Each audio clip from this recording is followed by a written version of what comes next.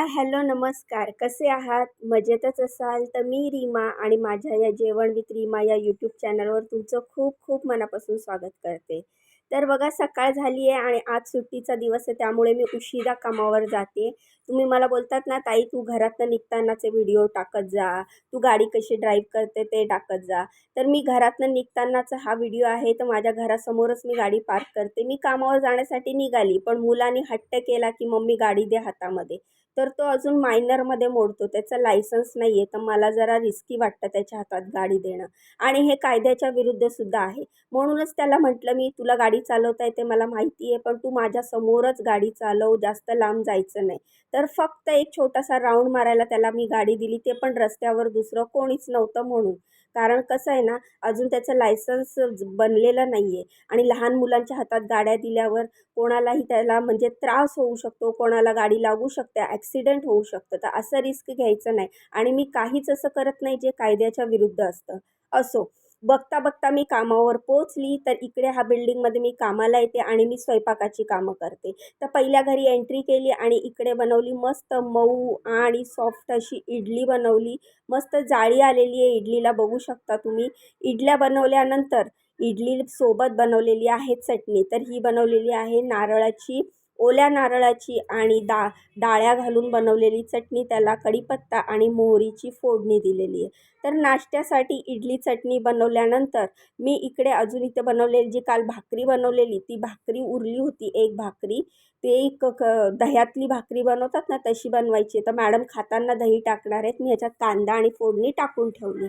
दही आधीच टाकलं ना तर भाकरी पूर्ण दही अब्झॉर्ब करून घेते.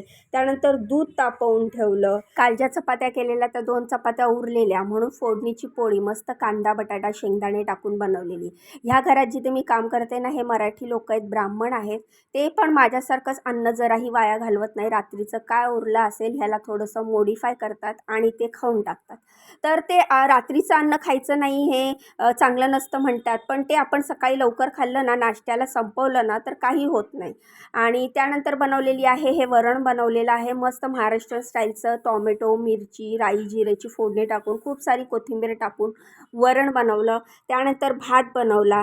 त्यानंतर दुपारच्या जेवणासाठी बनवलेली आहे पालक भाजी. तर ही ताकातला पालक आपण म्हणतो ना, तशीच बनवलेली आहे, पण ह्याच्यात ताक न घालता डाळ घातलेलं आहे, डाळ घातलेली आहे चण्याची. त्यानंतर शेंगदाणे घातलेत, बेसन पीठ घालून मस्त अशी पालकची भाजी केली. ज्यांना पालक आवडत नाही ना, तर असा पालक नक्की बनवून बघा, नक्की त्यांना आवडेल. बीटरूट बॉईल करून ठेवलेले आहेत. तर हा सगळा स्वयंपाक रेडी आहे. डाळ, भात, भाजी, चपाती, फोडणीची पोळी, त्यानंतर फोडणीची चपाती, बीटरूट बॉईल करून ठेवलेलं आहे. इडली बनवली आहे नाश्त्याला, चटणी बनवली आहे. तर इडली आता बाहेर डायनिंग टेबलवर घेऊन गेलेत ते नाश्त्याला, म्हणून ते इडली चटणी बाहेर ठेवलेली.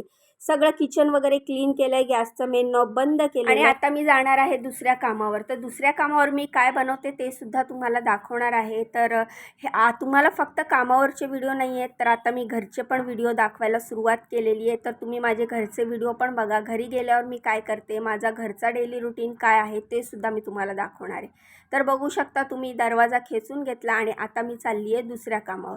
तर काय होतं ना, सुट्टीच्या दिवशी जिथे मी दुसऱ्या कामावर जाते तिथे पहिल्या कामावर जाते आणि मंडे टू फ्रायडे ज्या कामावर पहिल्यांदा जाते तिथे दुसऱ्यांदा जाते. कारण त्यांना सॅटर्डे संडे झोपायचं असतं. मग त्या बोलतात की दीदी थोडा लेट आव. मग मी सॅटर्डे संडे सुट्टीच्या दिवशी त्यांच्याकडे उशिरा जाते. मात्र मी जिथे दुसऱ्यांदा जाते ना, त्यांचं असं टायमाचं काही नाही आहे. त्या सकाळी लवकरच उठलेल्या असतात, त्यामुळे त्या म्हणतात मला कुठलाही टायमाला तुम्ही आले तरी चालेल. आणि त्या ताई आहेत ना, मला नेहमी खूप ॲडजस्ट करतात, मला खूप सांभाळून घेतात, खूप सपोर्ट करतात. मग टाईम असू दे किंवा फायनान्शियली सपोर्ट असू दे. असो, त्यानंतर ह्या कामावर आल्यावर इथे नाश्त्यासाठी बनवलेला आहे उपमा. मस्त व्हेजिटेबल उपमा बनवला आहे. गाजर टाकले, कॅप्सिकम टाकली आहे, कॉर्न टाकलेत, मटार टाकलेत, बीन्स टाकलेले आहेत. तर हे सगळ्या भाज्या टाकून मस्त असा मऊ असा उपमा बनवलेला आहे. रव्याचा उपमा आहे हा.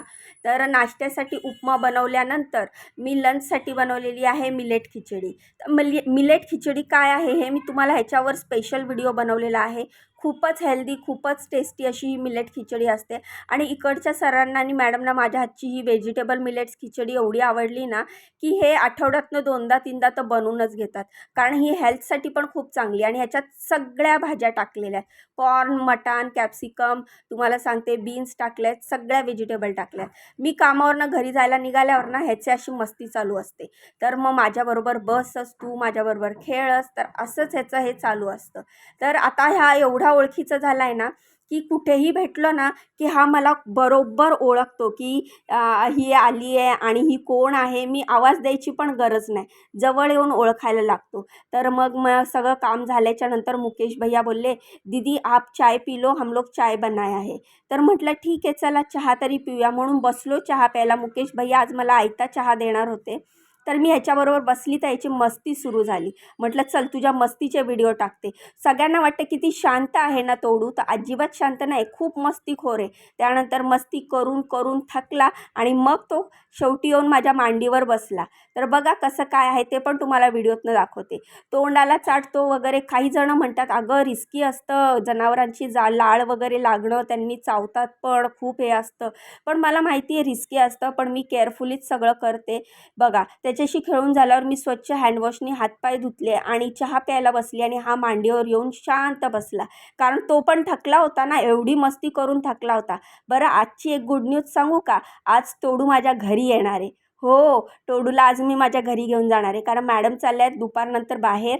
तर मग मी मॅडमची परमिशन घेतली आणि मुकेश भैयाला सांगितलं, की तुम्ही या माझ्या घरी टोडूला घेऊन. मुकेश भैयाचं आज रात्रीचं डिनर आमच्या घरी आहे आणि टोडूचं सुद्धा. कारण आज आहे टोडूचा बड्डे. तर टोडूचा बड्डे इकडे दुपारपर्यंत सेलिब्रेट करणार आहे. त्यानंतर रात्री टोडूचा बड्डे आमच्या घरी सेलिब्रेट करणार आहे. त्याला बाहेरचं आपण खातो ते सगळं नाही देऊ शकत. पण मी तो त्याचा बड्डे कसा सेलिब्रेट करते, तो माझ्या घरी आल्यावर कशी मस्ती करतो, ते सगळं तुम्हाला माझ्या व्हिडिओतनं बघायला भेटेल. मी इकडचं दुसरं काम करून तिसऱ्या कामावर पोचली. हे माझं तिसरं काम आहे. इकडे मला व्हिडिओ शूट करायला परमिशन नाही आहे. कारण इकडे ह्या एकट्या सीनियर सिटिझन राहतात. त्या मॅडमनी मला सांगितलं आहे, की सेफ्टी रिझनमुळे मी तुला इथे व्हिडिओ शूट करायला परमिशन नाही देऊ शकत. आणि शेवटी त्यांची मर्जी.